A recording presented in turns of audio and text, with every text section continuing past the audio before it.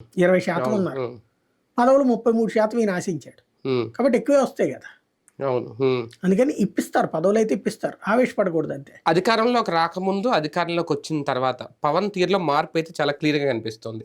పట్టు బిగిస్తున్నారా? మొదట్లో ఫ్రీగా వదిలేసి ఇప్పుడు 100% స్ట్రైక్ రేట్ రావడం. 20 మంది గెలుపు అతనితో కలిపి ఇరవడు కాబట్టి తన వల్లే ఒకప్పుడు జగన్ గారు ఎలా అయితే అనుకున్నారో తన బొమ్మ వల్లే అందరూ గెలిచారు 151 మంది. ఇప్పుడు కూడా 21 మంది గెలుపు తన వల్లే అనే ఆలోచన అదేనా కనిపిస్తోంది. పొరపాటు కూడా ఈయనలో అహంకారం కనిపించలేదు. లేదా నా వల్ల అనేటటువంటి మాట ఆ మాట అనలేదు. మాట్లాడట్లేదు ఆయన. ఆయన అధికారం వచ్చాక ఆ సినిమా డైలాగ్ ఆయనదే ఉంది కదా! ఎక్కడ నెగ్గాం కాదు. ఆయన సినిమాలో ఎక్కడ తగ్గాలి కాదు, ఎక్కడ నెగ్గాలి.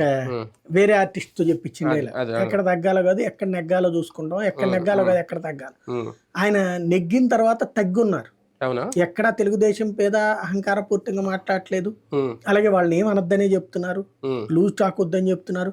బీజేపీని తక్కువ చేసి చూడొద్దని చెప్తున్నారు. సంస్కారయుతంగా ఉండమని వైసీపీ మీద కూడా విమర్శలు తగ్గించారు అధికారంలోకి వచ్చాక. వైఎస్ఆర్ కాంగ్రెస్ పార్టీ కూడా మనకి ప్రత్యర్థే తప్పించి శత్రువు కాదు అని చెప్తున్నారు. తెలుగుదేశం వాళ్ళు దాడులు చేస్తున్నారు, తలకాయలు బాలగొట్టుకుంటున్నారు, గొడవలు నడుస్తున్నాయి కానీ జనసేన వాళ్ళది లేదు. అది కంట్రోల్లో పెట్టాడు ఆయన. ఆ విషయంలో ఒప్పుకోవాలి.